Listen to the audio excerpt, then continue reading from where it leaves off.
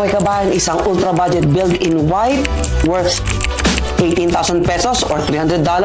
Napakadali lang. Para sa ating CPU, meron tayong Ryzen 5 2600. Ito palang Ryzen 5 2600 na to, ito yung binili kong bent pin and not working last episode. Para sa atin siya ng $15. Kasama niyan, para sa ating motherboard, Gigabyte B450M DH3 with Wi-Fi. Again, kasama sa combo na nakasulat sa ad, broken siya for $15 din. So, itong combo na to, CPU at motherboard, $30. Napakamura. Ngayon, lalagay natin ang CPU sa ating motherboard socket. Make sure na fully in siya. Boom. Done. Tapos, para sa ating RAM, 16GB kit from XPG, clocked in at 3000 MHz. Para sa atin siya ng about, let's say, $15. Dahil nakuha siya ng combo, lagyan natin siya sa slot 4.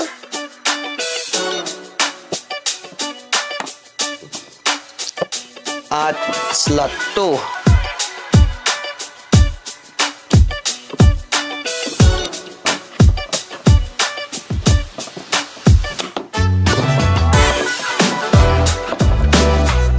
Done na.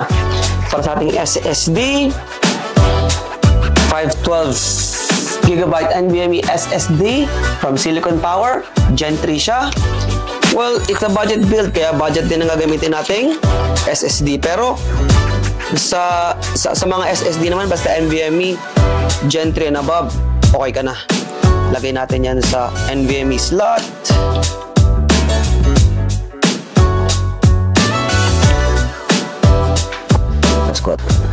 Para sa ating CPU cooler, ID Cooling SE214, $15 on Amazon. Ang ginawa ko lang, dadagdagan ko siya ng fan sa likod para medyo mas malaki itsura niya, mas beefy yung itsura, mas maganda sa aesthetics. Honestly, itong step na to hindi kailangan. Kaso nga lang, gusto ko lang na maging prominent yung white accents para mas maganda yung aesthetic ng ating build.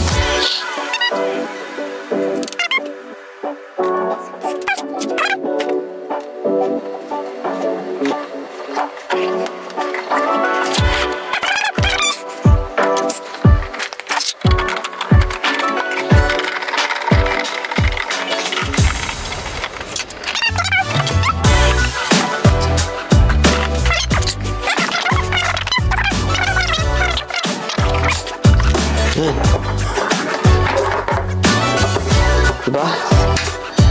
So honestly, mas maganda itsura niya. White on white. Okay. At ito, pwede na natin itong i-mount. Dali natin ng case natin. Nga pala, test bench muna natin siya. Bago natin siya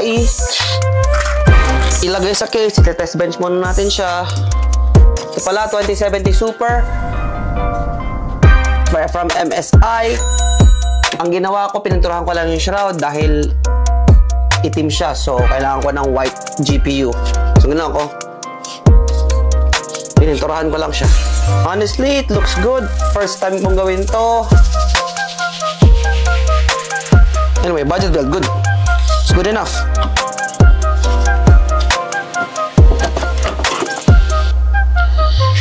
Okay.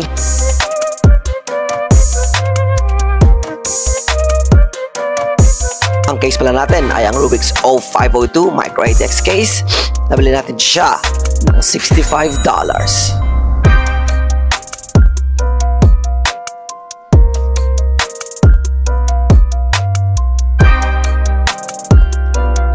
Para naman sa ating power supply, 650 watt PSU 80 plus Brown.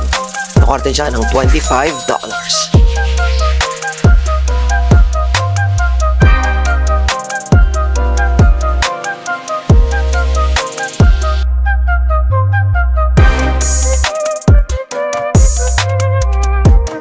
At syempre, mandatory Asia Horse white cable extensions. Nakuha natin siya ng $20.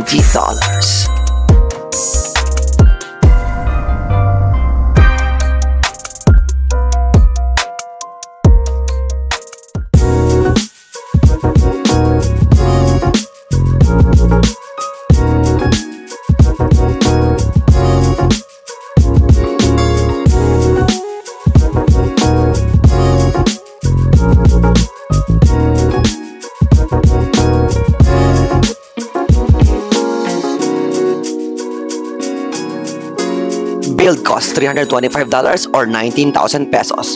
Nabenta natin ito ng $500 or 30,000 pesos.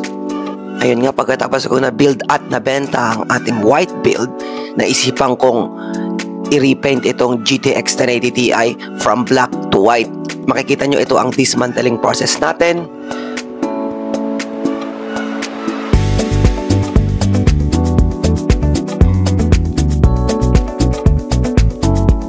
So ayan, tapos na ating dismantling process. Painting naman tayo. Nga pala, 8 to 10 coats ang ginamit kong white paint dito. Pagkatapos ng white paint, naglagay ako ng mga 3 coats of clear gloss paint. Pagkatapos ng repainting process, ilinisan ko ang ating GPU PCB at ang heatsink. Tapos nyan, final assembly na. Medyo komplikado lang ang assembly dahil may RGB ang ating GPU. At the same time, medyo maliliit ang components nito. Kailangan natin cable manage ang mga maliliit na cables. Kaya siguro all in all, sa buong proseso, nakadalawang oras din ako from start to finish. Pero makikita nyo ang resulta from black to white. Honestly, napakaganda.